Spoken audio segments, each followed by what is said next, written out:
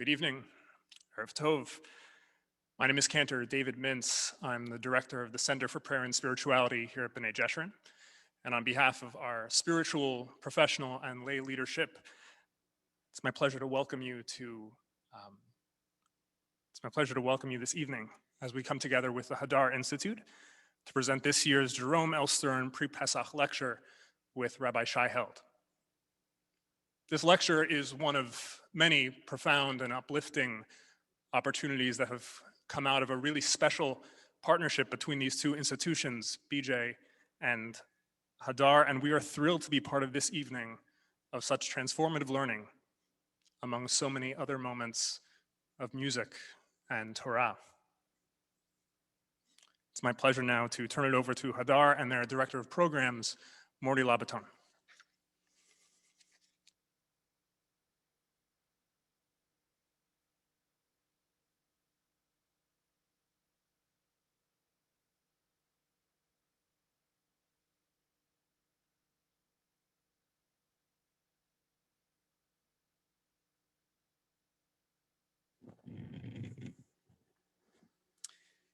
Thank you so much, Cantor Mintz.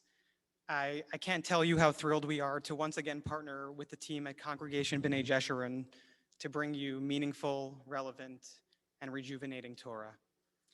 My name is Morty Labaton, and I serve as Hadar's Director of Programs. I'm so happy to welcome you all to the annual Jerome Pre-Pesach lecture. Before we get started, I'd just like to take a moment to appreciate that this is a really exciting moment for Hagar.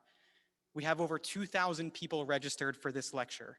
Over 5,000 people are set to receive hard copies of our Passover reader, still available for download at hadar.org, and countless others are taking advantage of the wealth of resources available on our website, such as our wildly popular How to Kosher Your Home for Pesach videos. We feel so privileged that you are taking the time to do some learning with us tonight. With that, I'm going to hand it over to Hagar board member Jeffrey Stern to briefly tell us about his father, for whom this lecture is named, and to introduce tonight's speaker. Jeffrey? Hi, it's such a privilege to be here tonight and to once again introduce a pre-Passover lecture from Hagar. My father not only passed away before Pesach, but he loved Pesach.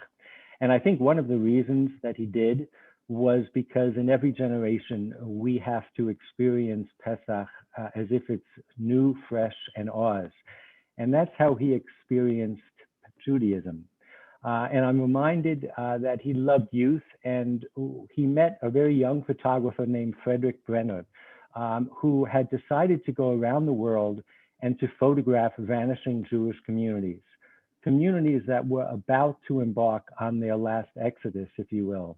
And he went to places like Yemen and India, and he financed Frederick to go to places like Portugal, where Muranos was celebrating Passover on Pesach Sheni. And all over the world, he began a journey, and like many others, when he supported an artist, he made a bond with him, and he traveled the world, and he loved to see the world through the fresh eyes of the young. And so I think it's apropos that we have our lecture at Hagar. I think he would be very proud of my involvement and my family's involvement. I've recently gone onto the board of Hagar, because Hagar too, especially during this past year, even though we might have been locked in our rooms and not able to travel, but Hagar sees Judaism through fresh eyes. It travels through Jewish tradition and is open to all sorts of ideas, and really reinvigorates Judaism in such an amazing way. During the last year, Hagar increased its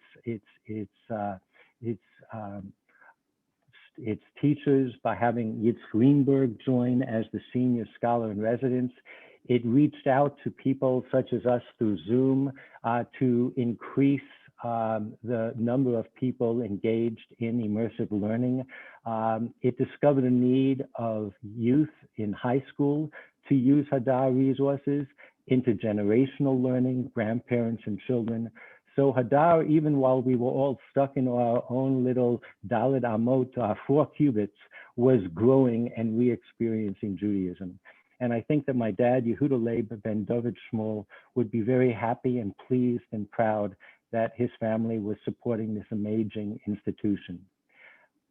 Our speaker tonight, Rabbi Shai Held, needs no introduction in an intimate crowd like we have tonight, but I've got to do what I've got to do.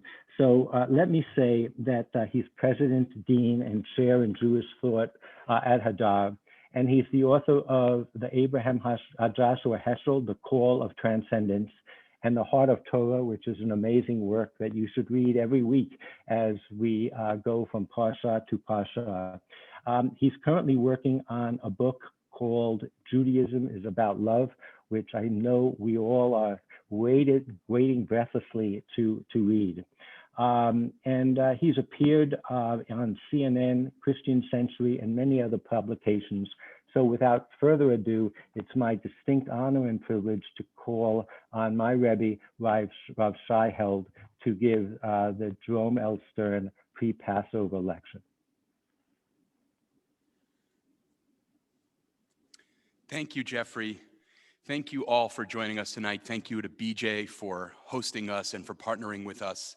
I'll just say before I get started that if you have questions along the way, feel free to post them in the chat, and time permitting, we'll take a couple at the end. In just a few days, we will all engage in the mitzvah of Sipur Yetziat Mitzrayim, the mitzvah of telling and retelling the story of the Exodus from Egypt. According to that story, as we all know, our Israelite ancestors were oppressed and enslaved by a cruel Pharaoh. They cried out and God intervened, saving them from their oppressors and thoroughly vanquishing Pharaoh and his army. Paro had brazenly insisted that he did not know God and therefore had no intention of listening to God. Vayomer Paro, and Paro said, Mi Hashem asher eshma bekolo, who is this God to whom I am supposed to listen? L'shalach et Yisrael, I will not do that. Lo yadati et Hashem, I do not know this God. V'gam et Yisrael lo ashalech, and I will not free these people. This Pharaoh, who insists he does not know God, comes to know God against his will in a moment of utterly humiliating defeat. That is, on the surface, a major part of the story of the Exodus. It's a story about Egypt being crushed by God, punished for its oppression of Israel, its cruel and callous treatment of God's people. But what I want to suggest tonight is that there is another side of Egypt's experience of Exodus. That Tanakh, the Hebrew Bible, in fact tells us 2 different stories in which Egypt experiences God's liberation not through being defeated as the oppressor, but through being liberated as the oppressed. I'd like to examine 2 stories. First, the story of Hagar, the Egyptian slave, at some length, and then, more briefly, the story of the Egyptians as a whole, as envisioned and imagined by the prophet Isaiah. I'll conclude, I hope, with some reflections on what these stories are meant to tell us about God, and by implication, about our obligations in the world. I want to start by reading closely much of Genesis 16. So if you have a Tanakh available to you, you might want to open it, or you can open the source sheet that's been shared with you. Genesis 16 begins like this. V'sarai eshet Avraham lo yaldalo, v'la shivcha mitzrit ushma Hagar. Sarai, the wife of Avraham, had not given birth for him. She had an Egyptian slave, and her name was Hagar. These words, and her name was Hagar, are actually extremely important because, as we will soon see, the narrator and God refer to Hagar by name, but her master and mistress, Avraham and Sarai, never refer to her by name, fail to see her as a person, treat her, as the late Tikva Freimer-Kensky put it, as a mere womb with legs. Verse 2, Vatomer Sarai el Avram, Hine na atzarani Hashem miledet, And Sarai said to Avraham, look, Hashem, God, has kept me from having a child. Bo na el shivchati. Consort, please, with my slave. Ulai ibaneh mimena. Perhaps I shall be built up through her. Vayishma Avram lekol Sarai. And Avram did as Sarai instructed him. Two things we have to note about this verse as we enter into this story. First of all, the wonderful wordplay, ibaneh. Maybe I will be ibaneh through Hagar, Sarai says, which means to be built up, but also to have a son, a ben. And then also the words, Vayishma Avram lekol Sarai. And Avram did as Sarai said. Avram does not want to do this.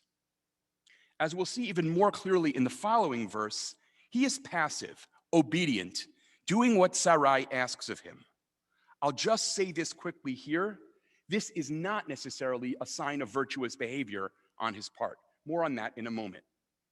Vatikach Sarai eshet Avram et Hagar mitzrit shivchata.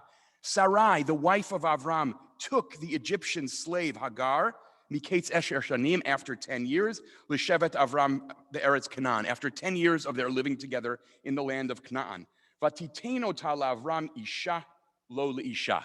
And she gave him to Avram, her husband, as a wife. Normally, when a man takes a woman as a wife in biblical Hebrew, we hear the phrase vayikach, and he took.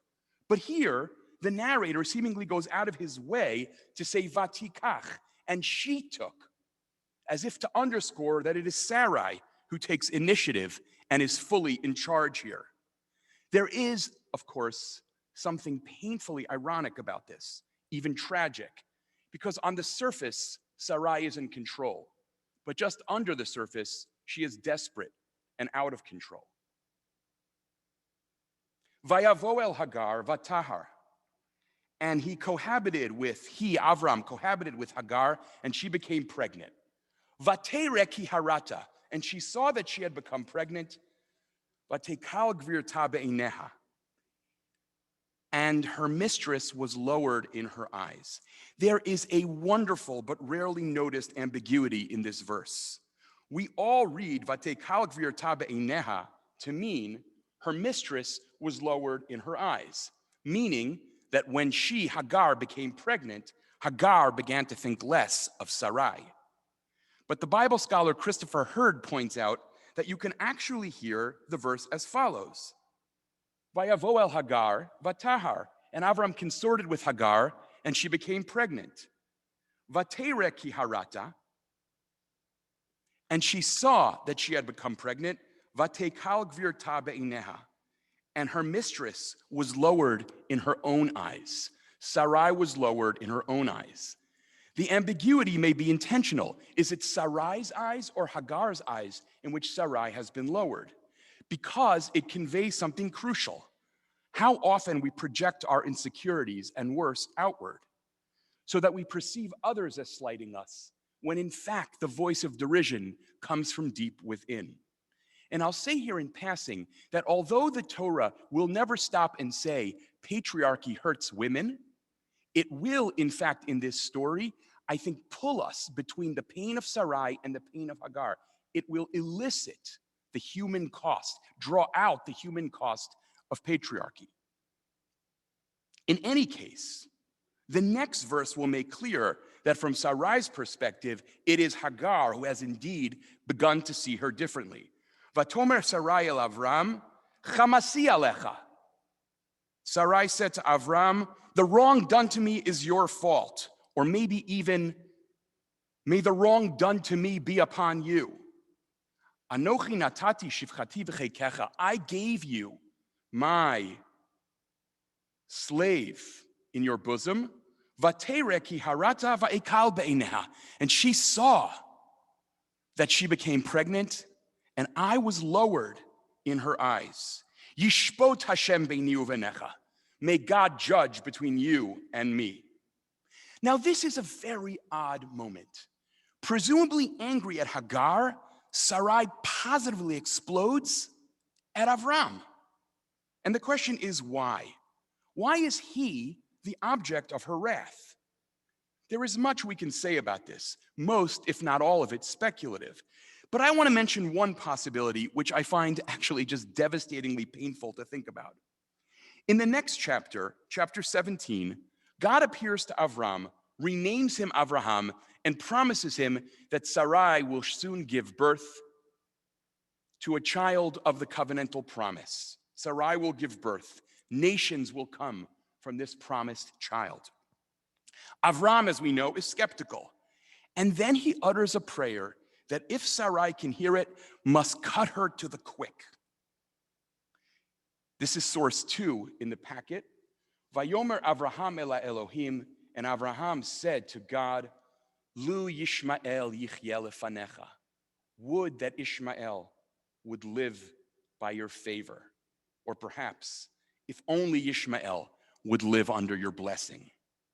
Imagine for a second Sarah, now her name, overhearing this utterly devastating prayer uttered by her husband. In Abraham's eyes, Sarah must conclude, the covenant and the promise are intended for him and not for them. When the moment of truth comes, if you pardon the colloquialism, Avraham is more than willing to throw Sarah under the bus.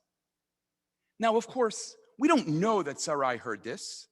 And in any case, Avraham utters these words sometime after the falling out with Hagar.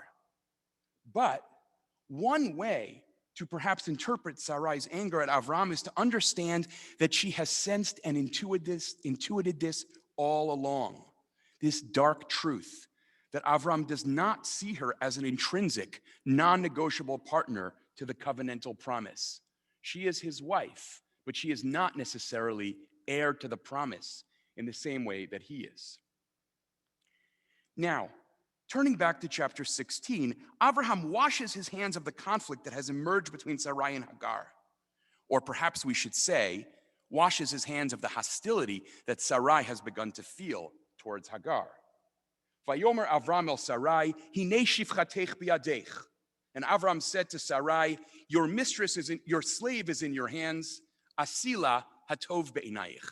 Do to her as you wish. If someone you love felt hurt, humiliated, deeply wounded, and in a fit of rage said to you, I am going to go destroy the person who has hurt me, it would not be the height of love or friendship to say, go for it, right? Avraham's response actually indicates some profound level of absence. Do to her as you want. I am out of this picture. Avraham is obedient but not present. I imagine the scene that will later unfold in Genesis between Isaac and Rebekah as an attempt to repair this disheartening scene between Abraham and Sarah. If you look at source 3, Genesis 25, Vaye'etar Yitzchak la'Hashem lenochach ishto ki akarahi. And Isaac prayed. I'll give you the JPS translation. Isaac pleaded with the Lord on behalf of his wife because she was barren. JPS renders the Hebrew lenochach ishto as on behalf of his wife. But the Hebrew could just as easily be rendered as in the presence of his wife. Perhaps both meanings are intended here. Isaac prays on Rebekah's behalf, but he also does so in her presence, so that she knows that he is there with her and for her. She is an integral, non-negotiable part of his life, and no less crucially, and perhaps more so, she is an integral, non-negotiable part of the covenant with God. But now we turn to the end of verse 6, when the situation hits rock bottom. Vate'aneha Sarai, vativrach mipaneha. And Sarai oppressed her, and she, Hagar, ran away from her. We can't miss the word chosen to describe Sarai's treatment of Hagar, vate'aneha, the same word, inui, that will later be used to characterize the Egyptians' mistreatment and abuse of the Israelites. You can see that by looking at source 4 below from the book of Exodus. Now let's stop for just a moment and try better to understand the nature, and for that matter, the gravity of what Sarah does wrong here. In a remarkable comment, Nachmanides, Ramban, actually says that this sin is the origin of the history of Muslim anti-Semitism. This is part of his view that all of Jewish history is essentially foretold or fore-experienced, if you will, by the ancestors.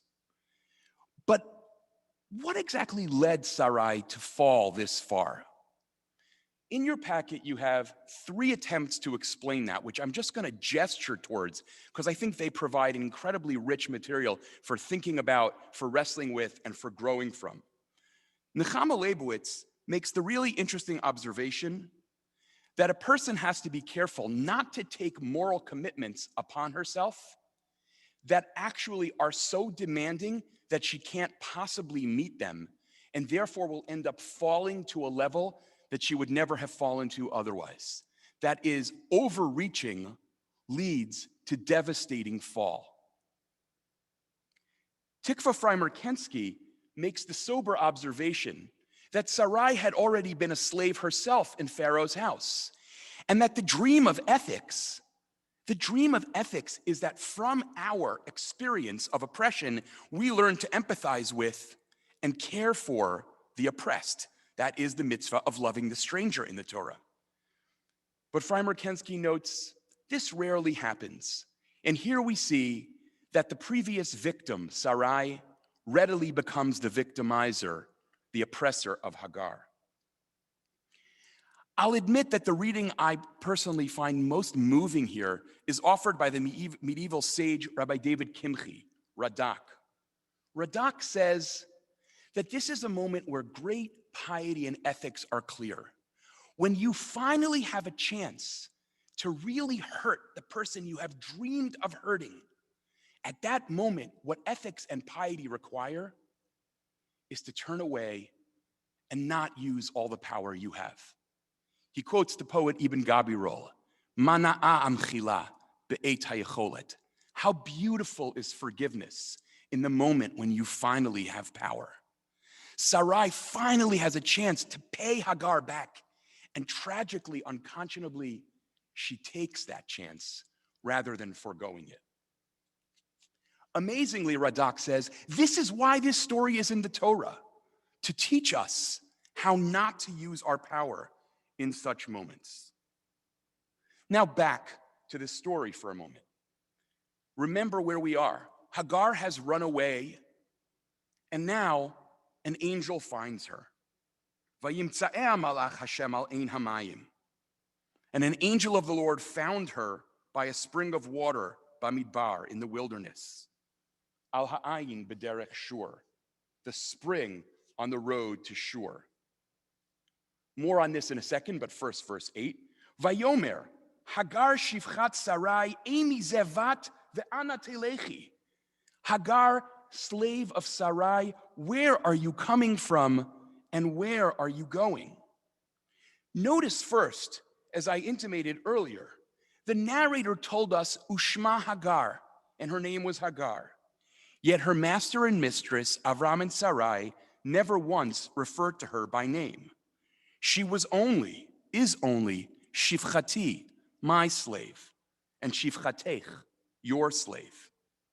Then the angel of God encounters her, and the very first word he says is Hagar. Avraham and Sarai may not know that their slave has a name. They may actively deny that core aspect of her humanity, but God does not forget.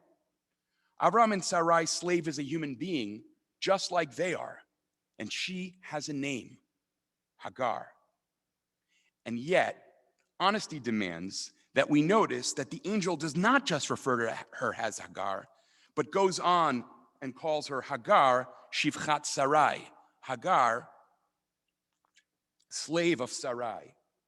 As the feminist scholar Phyllis Tribble notes, even as the angel acknowledges the personhood of this woman, the appositive maid of Sarai tempers that recognition, for Hagar remains a servant in the vocabulary of the divine. So you have God giving, as it were, with one hand and seemingly almost ungiving with the other. Now, the end of verse 8. Vatomer, and she answered, Mipnei Sarai gvirti anochi borachat. I am running away from my mistress Sarai. Recall, this is really important. The angel asked her two questions. Where are you coming from and where are you going? But Hagar, seemingly bereft and dejected, replies only about her past. I am running away from my mistress Sarai.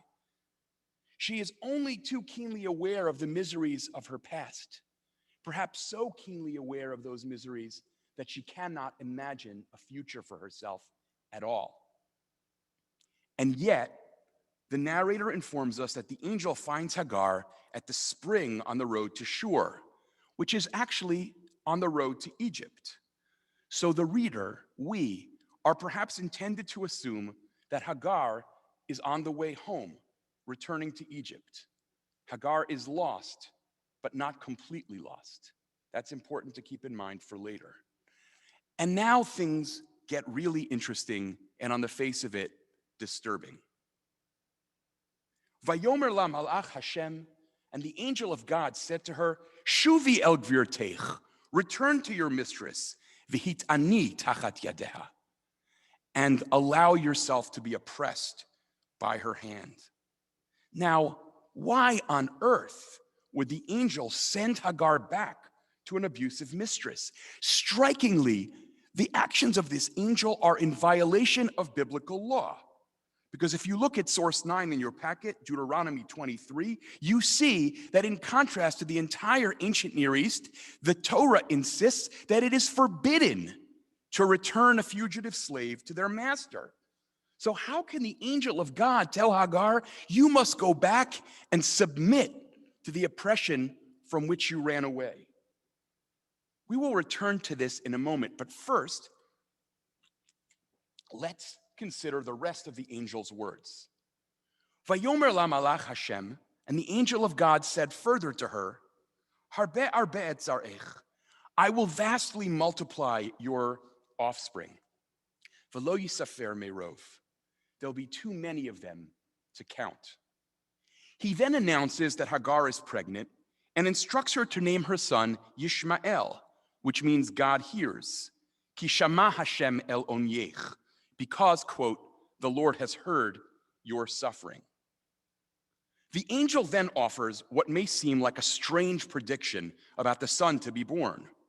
He shall be a wild donkey of a man, his hand against everyone, and everyone's hand against him.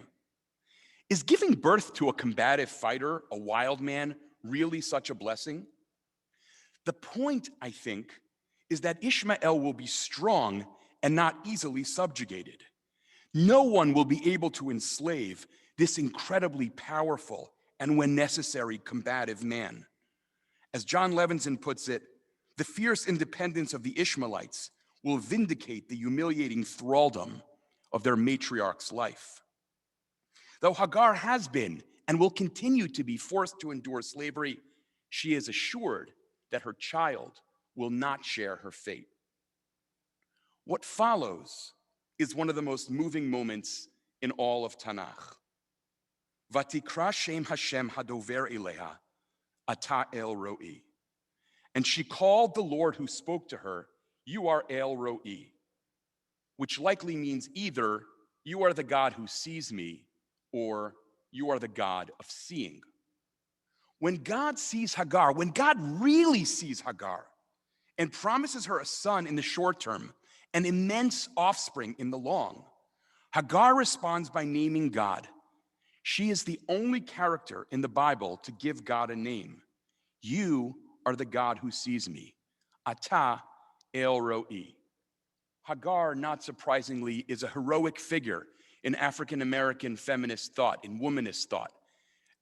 A slave woman, imagined as black, who is the one character who gives God a name, and that name is, you see me, even when no one else does. Notice also the description of God as Hashem Hadover Eleha, the Lord who speaks to her. And then notice, Abraham and Sarah speak only about her and never to her, but God speaks to her. Again, where they effectively deny her humanity, God insistently affirms it. The person God sees and reveals God's self to is, in Israelite terms, a foreigner and an outsider. And not just any foreigner and outsider, but an Egyptian. One thing we can say right away, God's promise to Hagar indicates that God is concerned with and active in the life of people and persons beyond Israel. God is deeply concerned with the fate and destiny of Avraham and Sarai, but God is not exclusively concerned with their destiny. The downtrodden elsewhere matter too. And not just the downtrodden elsewhere, we should add, but also the downtrodden specifically victimized by Israel. As we've seen, Hagar is charged to name her son, God Hears. Crucially, as the Bible scholar Kathleen O'Connor observes, what God hears or gives heed to is the affliction of an abandoned, dehumanized, and harshly abused slave woman. And Hagar herself describes God as the one who nevertheless insistently sees her. As O'Connor says, to be seen in one's suffering is to receive a most basic form of compassion. For another to see you as you are, to recognize your pain, your shame, and your dehumanization, is to have your humanity restored. The God of Israel, according to this story, is the God who restores the humanity of the dehumanized. The God of Israel sees and hears the lonely, humiliated, foreign slave woman. Now, finally, we're ready to return to the disturbing question. Why would this angel send Hagar back to be further oppressed? Scholars debate this point seemingly endlessly. Some describe this scene as the most pointed counterexample to the overgeneralization that the biblical God is on the side of the impoverished and the oppressed. That's John Levinson. Yet even they acknowledge that the blessings the angel bestows upon Hagar do seem to apply something similar to what liberation theologians call the preferential option for the poor, which is the claim that the Bible consistently gives special preference to the poor and marginalized. To be sure, God doesn't emancipate the slave, at least not yet, but God does shower her with blessing. Strikingly, though all three of Israel's patriarchs, Avraham, Yitzchak, and Yaakov, hear such words from God, Hagar is the first and only woman to receive them. So again, let's carefully consider, why does the angel send her back? The Bible scholar Renita Weems argues that the angel effectively has no choice, because tragically, Hagar goes on seeing herself as a slave. Hagar has fled and thus signaled a yearning to be free, and yet, to quote Weems, her mind remains in bonds. No angel can liberate a slave who is not yet ready to be liberated. This is a lesson God struggles with throughout God's whole history in the desert with Israel. The Bible scholar Wilma Ann Bailey argues, no, that's not what's going on here at all. Hagar's return to bondage is a matter of survival. She must play the role of humble servant until the time is right for her to be free. She has to choose to survive rather than die in the wilderness. Turning his attention to God's motivations rather than Hagar's situation, John Levinson observes of this passage that, and I quote here, God's sympathy with the oppressed is potent in Tanakh, but so is God's election of Israel, and it is the latter that trumps in this instance. With great deference to my teacher, I have to say I am extremely skeptical that this is what drives God's actions here. I suspect that something very different is at play in the angels directing Hagar to return to Sarai's oppression. But before I offer another interpretation, let me note what Phyllis Tribble says about this. Tribble laments that the angel's instructions to return and submit to oppression at Sarai's hands, quote, bring a divine word of terror to an abused yet courageous woman. They also, she poignantly says, strike at the heart of Exodus faith. They strike at the heart of Exodus faith. God ordering a runaway slave to return not only to bondage, but also to affliction is, she says, quote, inexplicable. And by implication, I would add, also indefensible. The problem with interpretations like Levinson's and Tribble's is that, as we've seen, Hagar seems delighted by her encounter with the angel, his instructions to return to Sarai's oppression notwithstanding. Hagar senses that she's been promised something, that she's been seen in a way she has never been seen before. Hagar does not seem to think that God's concern with her has been trumped by some other, more momentous concern. Nor does she see God's words as inducing terror. On the contrary, she exults in the fact that God has seen her. In order to understand what's really at play in this story, I think, it's crucial that we note the parallels between Hagar's abuse at Sarai's hands and Israel's later torment at Egypt's. As you can see in source 10, Genesis 15, Israel endures three kinds of vulnerability and oppression in Egypt: Inui, oppression; Avdut, enslavement; and Gerut, being a stranger, an outsider. In this story, just one chapter later, Hagar, the Egyptian, endures enslavement and oppression, and her name, Hagar, sounds very much like Hagar, meaning the stranger. In each case, the stronger, that is Pharaoh and Sarai, oppresses Anna, the weaker, Israel and Hagar. In each instance, God sees the affliction of the victim, and encountering them in the wilderness, God blesses them and transforms them into a great nation. Hagar's oppression parallels Israel's, and so too do her blessings parallel Israel's. Recall that when the angel finds Hagar after she flees from Sarah, he declares, "I will greatly increase your offspring, and they shall be too many to count." And later, when God encounters her again after she is banished, God instructs her to lift up her son Ishmael and hold his hand, quote, "For I will make him a great nation." The divine promises made to Hagar are starkly reminiscent of the promises made to Israel.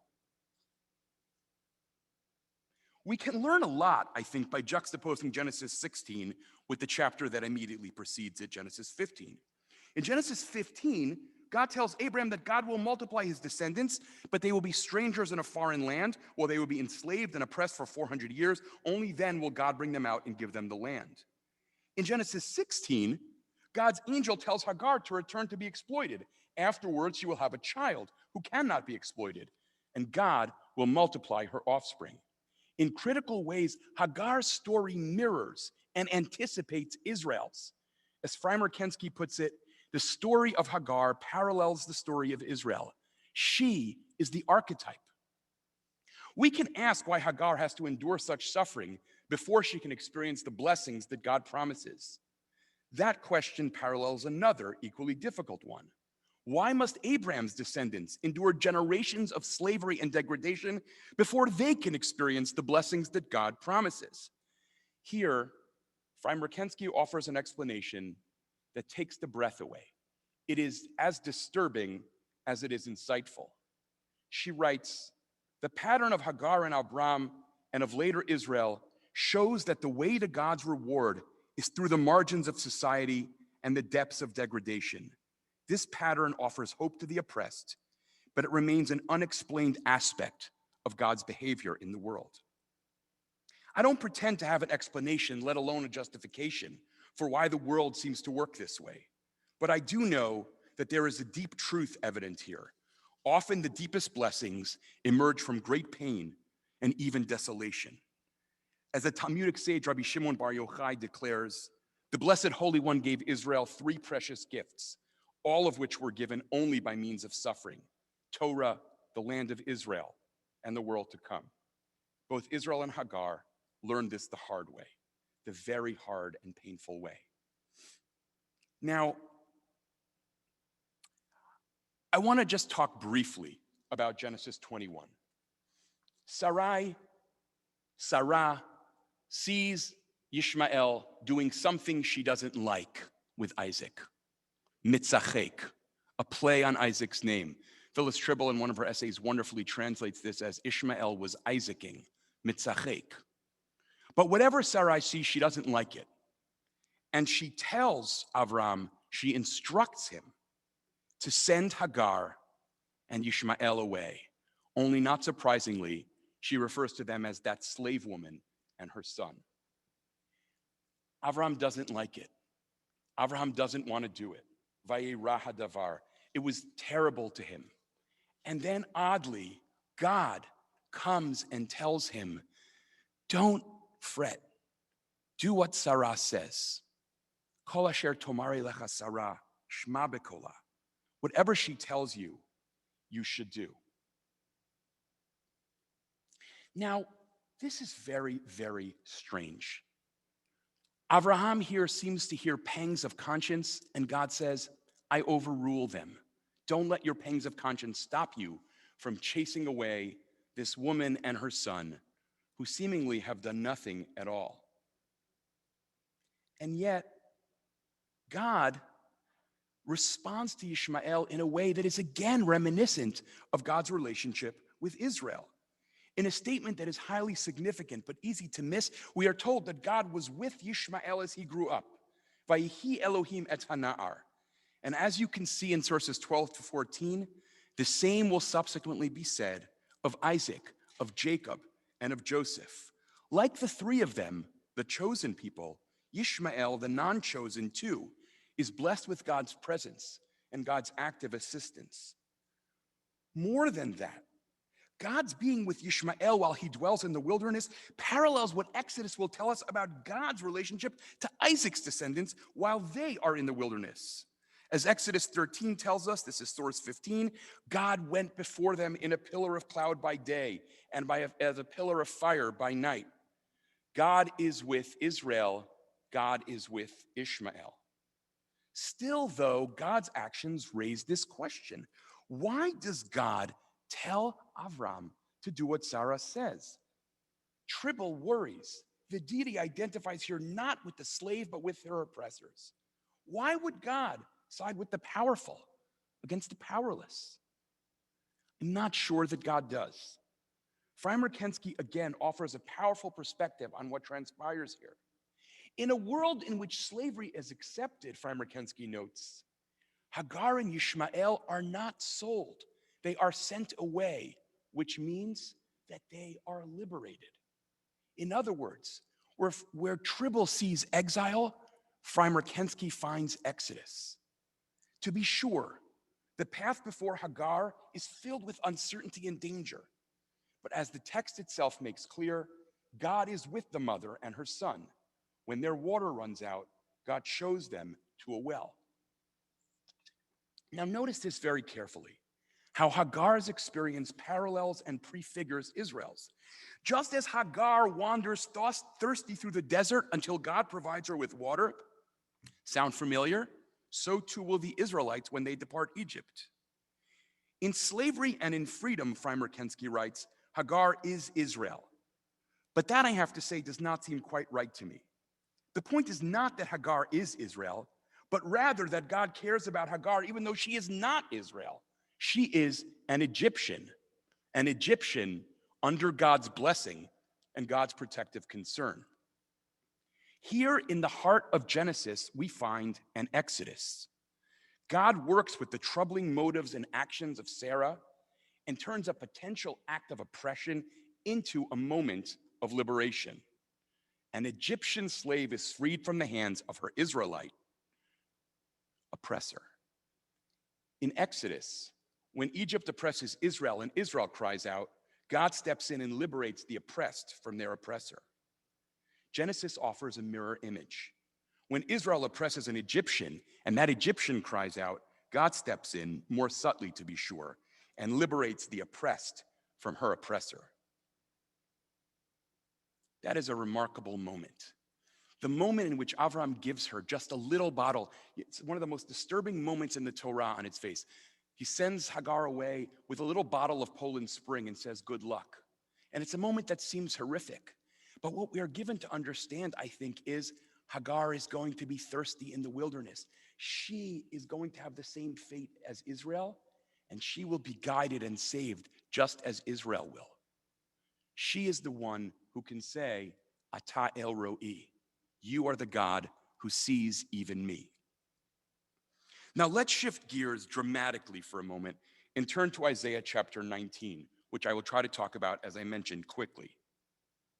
The prophet seeks to convince Israel to rely only on God rather than on earthly powers. He warns them against turning to Egypt for help in fighting off Assyria. Egypt, he tells them, is itself headed for calamitous ruin. Isaiah imagines sheer devastation in Egypt. God's hand will reduce the mighty Egyptian empire to nothing. Egypt will be beset by civil war, by economic collapse, and by leadership failure. People, cities, kingdoms will all turn against each other. Egypt will be drained of spirit.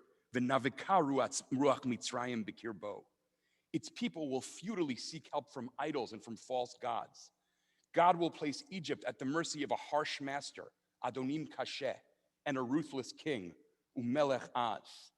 As the Bible scholar Walter Brueggemann rather acidly puts it, what goes around comes around. Egypt is going to know what it is to be oppressed by a brutal overlord. The Nile will fail, and the Egyptian economy will come crashing down. Poverty will be everywhere. The supposedly wise men of Egypt will be exposed as fools, will make absurd predictions. They do not know God's plans for Egypt, and they have nothing to offer those who consult them. Every aspect of Egyptian life will be reduced to rubble and despair. Devastation will simply overrun this once great empire. Time prevents me from expanding on this point, but I will just note in passing that as described in Isaiah, the devastation besetting Egypt in many ways parallels Judah's own devastation. But then Isaiah's prophecy shifts. Darkness turns to light, and the substance and tone of what he says change completely. First, you can look at Isaiah 19, verse 18 in your packet. The prophet imagines 5 Egyptian cities, including the great Heliopolis, the city where the Egyptian sun god is worshipped. 5 Egyptian cities will begin to speak Hebrew and swear loyalty to God. I am reading Ir HaCheres, city of the sun, instead of the Masoretic Ir HaHeres, city of destruction, as several Hebrew manuscripts do. Soon an altar and a pillar for worshiping God will be erected in the heart of the land of Egypt. And then something strikingly reminiscent of the Israelites' exodus from Egypt will take place. This is, I think, one of the most arresting verses you can ever encounter. Ki yitz'aku el Hashem mipnei lochatzim, v'yishlach lahem Moshiach v'arav v'hitzilam. When the Egyptians cry out to the Lord against oppressors, God will send them a savior and a champion to deliver them. The words used here, cry out, yitz'aku, oppressors, lochatzim, deliver them, hitzilam. And of course, the experience invoked directly recall the Israelites' own experience of God's saving power. Egypt's experience, Egypt as a whole, will experience something directly parallel to Israel's own formative experience with God. The consequence of all this is that, this is verse 21, V'noda Hashem leMitzrayim, v'yad'u Mitzrayim et Hashem bayom hahu, v'avdu zevachu mincha, v'nadru neder l'Hashem v'shilemu. God will make God's self known to the Egyptians, and the Egyptians will acknowledge the Lord in that day. And they shall serve God with sacrifice and oblation and shall make vows to the Lord and fulfill them. Please notice the words. V'noda, v'yad'u. God will be known and the Egyptians will know. Remember the Pharaoh who said, I do not know God. And God said, I will make myself known. And then the making known was through defeat and humiliation, the crushing of an oppressor. But here now, Egypt will one day experience knowing God not as the crusher of the oppressor, but as the lover and liberator of the oppressed. V'yadatem ki ani Hashem Elohechem hamotzi etchem mitachat zivlot Mitzrayim, God says to Egypt. You shall know, God says to Israel in Egypt, you shall know that I am the Lord your God who freed you from the labor of the Egyptians. Just as Israel comes to know God through the experience of being saved from affliction, so too will Egypt. in Isaiah's vision, Egypt will undergo a total transformation. In the book of Exodus, God works hard to cause an obstinate Pharaoh who insists he does not know God to know and acknowledge God whether he wishes to or not. And Pharaoh acknowledges God only when he has been thoroughly vanquished. As a continuation of the Exodus story, the book of Isaiah implicitly, I am tempted to say all but explicitly, makes a startling claim. God does not rest content with the Egyptians knowing God out of defeat. God wants them to know God through salvation. In other words, God wants the Egyptians to experience God just as the Israelites did, just as we will in just a few days. God wants to be known by and through God's mercy and not just by and through God's justice. To put this differently, God does not only want to be feared or held in awe, God also wants to be loved, not only by Israel, but also by its former oppressors. Accordingly, Isaiah declares that God will indeed afflict Egypt, but this time God will also heal, rapho them, just as God had healed Israel. I am the Lord your healer, Rofecha, long ago. Compare Isaiah 19:22 with Exodus 15:26. But Isaiah goes even further. In some of the most controversial and surprising lines in the Bible. Bayom ahu tiyeh misilah mimitzrayim ashura uva ashur mimitzrayim umitzrayim be'ashur ve'avdu mitzrayim et ashur. The prophet imagines a future day when, quote, there shall be a highway from Egypt to Assyria. The Assyrians shall join with the Egyptians and the Egyptians with the Assyrians. And then the Egyptians, together with the Assyrians, will serve the Lord. Isaiah's vision is stunning. Two competing, frequently warring superpowers will achieve religious and political unity. Instead of erecting walls to separate them, they will build highways to connect them, and they will serve God together. But the prophet is not done. He goes on and declares this: Bayom hahu yiyeh Yisrael shlishiyah limitzrayim uleashur, bracha b'kerev haaretz. Asher beracho Hashem tzvaot lemor, Baruch ami Mitzrayim, u'maaseh yadai Ashur, v'nachalati Yisrael. In that day, Israel shall be a third partner with Egypt and Assyria as a blessing on earth. For the Lord of hosts will bless them, saying, Blessed be my people Egypt, my handiwork Assyria, my very own Israel. Isaiah's revolutionary vision does two things. First, it elevates Israel such that it will be one of the world's three great superpowers.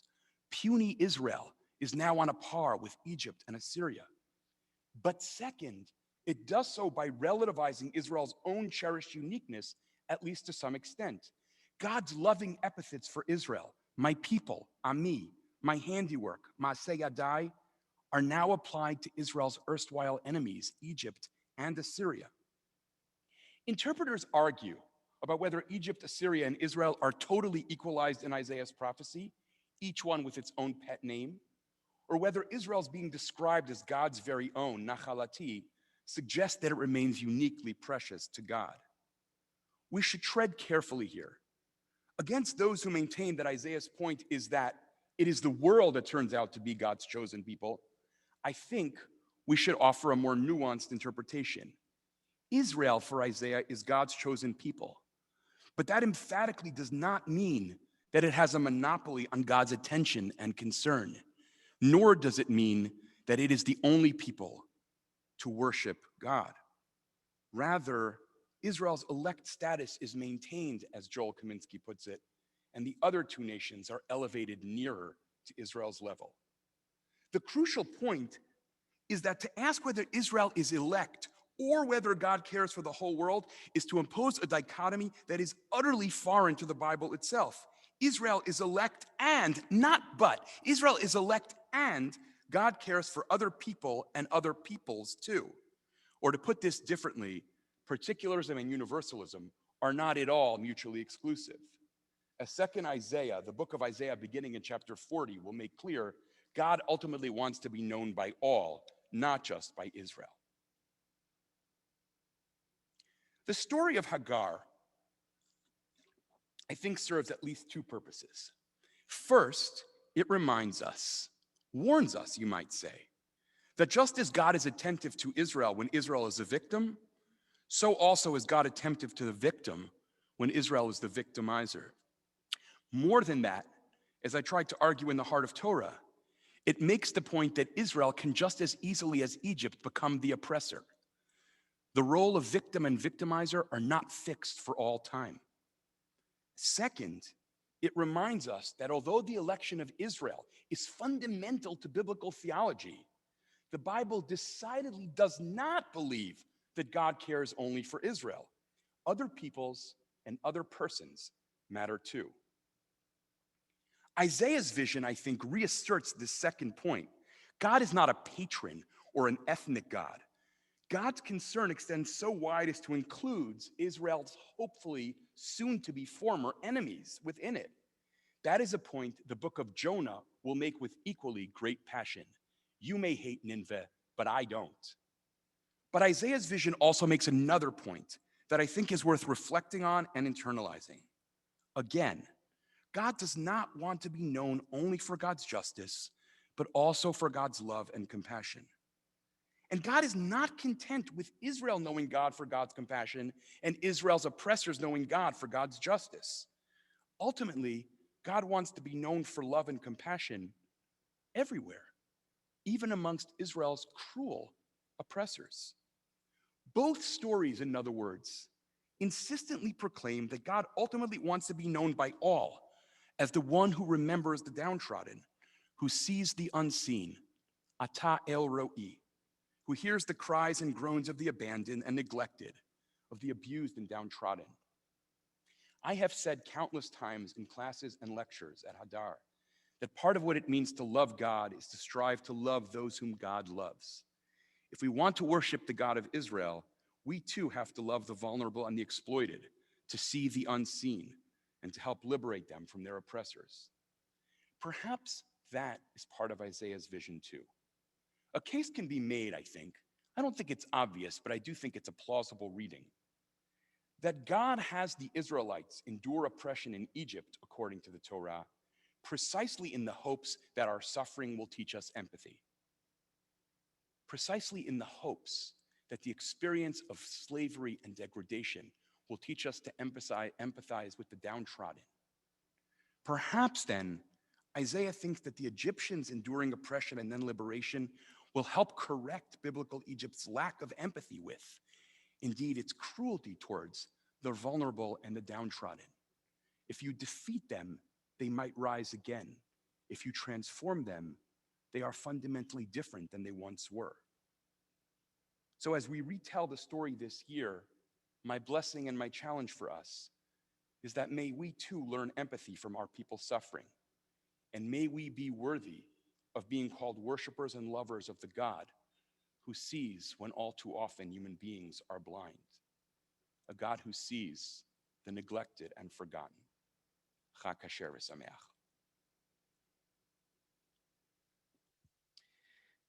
Thank you so much, Rav Shai. This is Morty once again. Thank you so much for sharing this deeply meaningful Torah with us as we move closer and closer to Pesach. I want to also once again thank Congregation B'nai Jeshurun for partnering with us to make this program happen. And lastly, I want to thank all of you for joining us tonight. We're so honored for you to be here, and we hope that you will stay engaged with our programs and content by going to hadar.org and seeing what resources might be right for you. If you are moved by the Torah that you have heard tonight and would like to support our ongoing work, you can make a donation to Hadar at hadar.org/donate or to Congregation B'nai Jeshurun at bj.org/give. We're going to move to a brief question and answer portion of our program. For those who have to hop off, we wish you a good evening, a Shavua Tov, and an early Chag Kasher v'Sameach. And with that, I'm going to ask Rav Shai a couple questions. Are you ready? Ready. So first, a specific question. Is there a connection between Avraham's passivity towards Hagar and God's later order to sacrifice Isaac? Is this intended to teach Avraham about the pain of cruelty towards Hagar and Ishmael? Why don't we start with that? Wow, That's a really interesting question. So let me answer that question from an angle. I don't know, to say the least, I don't know what motivates God in the scene of the Akedah.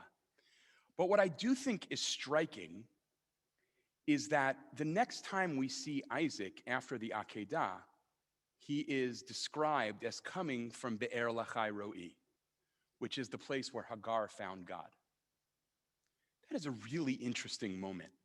And the Midrash picks up on this and imagines that in the wake of the Akedah, Isaac went to find Hagar.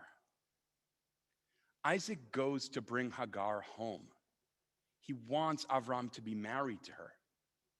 Right? The Midrash assumes that Keturah, the wife Avraham takes, is actually Hagar. So just imagine this scene for a moment. Isaac comes down from the Akedah. He feels, who knows what he feels? Victimized, bewildered, confused, torn in a variety of different directions. And what comes to his mind is to go find Hagar, because he's discovered a new depth of empathy for her. He knows what it's like, perhaps, to feel abandoned. And he goes and brings his mother's rival home and says to Avraham, you should marry her. You should be with her. And Isaac becomes an object lesson. You know, Isaac gets a raw deal. We describe Isaac so often as the passive one. In fact, I've argued, as a variety of Bible scholars have argued, that in many ways you can talk about Avraham, Rivka, and Yaakov as the three ancestors. And yet, as I said earlier tonight, Isaac is the one who is attentive to his own wife's suffering. And he's also, according to this Midrash, the one who's attentive to Avram's other wife's suffering. And that is something the Akedah, at minimum, makes possible, much as I want to be reticent about what God's motivations might be. Thank you. Moving to what I think might be a bit of a harder question. Harder than that one? Okay. Harder than that one. Does God remain on Israel's side, quote unquote, even when they are the empowered party? Is God only protecting Israel when Israel is oppressed? Must we go on being oppressed in order to have God's love? Is that part of God's love for us? Oi. Was that you or the question? Oh, that was the questioner. Okay, great. Just wanted to make sure it wasn't you correcting at me. So, look, here's what I think we can say about this. I don't think it is the case that Israel needs to be oppressed in order to be the recipient of God's love. If anything, the Torah and the prophets are preoccupied with the idea that God wants to shower Israel with endless blessing. It is not that God does not bless Israel when Israel is powerful. It is that God withdraws God's blessing when Israel is powerful and unjust. Right? That is to say, what God says very clearly, I think, is if you behave like the Amorites, you will share their fate. Or to say this differently, here's what I've come to understand. This may be totally obvious, but it took me a few years to get to this. God's promises to Israel are eternal and non-negotiable. But whether any particular generation of Israelites will enjoy those blessings is conditional on their behavior. So it's not that Israel being powerful turns God away. It's that being powerful so often leads to corruption, which turns God away. That's the rub. Can Israel be a society that is powerful and compassionate? That is the dream that animates, for example, Sefer Dvarim. Can you have a society in which all Israel sees themselves as family, as sibling, and in which the outsider is loved and the downtrodden is cared for, and that the general rules of economy are actually at times suspended in the name of brotherhood and care? That's Deuteronomy 15, Shmitat Ksafim, the Shemitah of debt. So the question needs a tiny bit of nuancing. It's the danger of power that so worries God. It's not that power is bad. It's that power is dangerous and seductive and can often lead to very ugly places. As we see from Avraham and Sarai, they could not escape exploiting their own power, even though they too, in different ways, were suffering. Thank you. we've gotten a few questions about this. I'm not sure if it's going to be a fastball or a curveball or what kind of question it is. A few people have pointed out there are parts of the theology that you've discussed tonight that seem to hint toward, or to seem to have parallels in Christian theology. Can you comment on these parallels and maybe perhaps sharpen the differences that you're trying to lay out here? Well, first I should say it is no surprise that biblical ideas can be paralleled in Christianity. I would only ask where we think Christians got them from, right? This is why, for example, some of you may have seen last Friday David Brooks's absolutely appalling column in the New York Times about Christian social justice, a distinctively Christian social justice, which he then goes and explains by quoting entirely Jewish and biblical ideas, right? Which he then labels distinctively Christian. There is an obligation, I think, we have as heirs of the Jewish tradition to reclaim what is ours. Not that Christians shouldn't have it, but that they shouldn't have it to the exclusion of us, right? So that, I think, is really fundamental. And the truth is, the fact that more than one religion is preoccupied with empathy for the downtrodden is a good thing, because there are many downtrodden and there are very few Jews, right? So if Buddhists and Christians feel this way too and try to live up to those teachings, then more power to them. I think that sometimes we get confused about the difference between Judaism and Christianity. We have internalized a narrative, many American Jews, that Judaism is particularistic and Christianity is universalistic, and universalism is good where particularism is bad. First of all, Christianity is not a universalistic religion. The debate between Christianity and Judaism is not about particularity or not particularity, but about who is the legitimate heir of Abraham. It is a fight about who owns the particularity. And second of all, and here I'll just say something that is very important to me that some of you have heard me lecture about before. Universalism is not an unmitigated blessing, because in the history of the world, universalism has often gone hand in hand with imperialism. I love you, now be like I want you to be.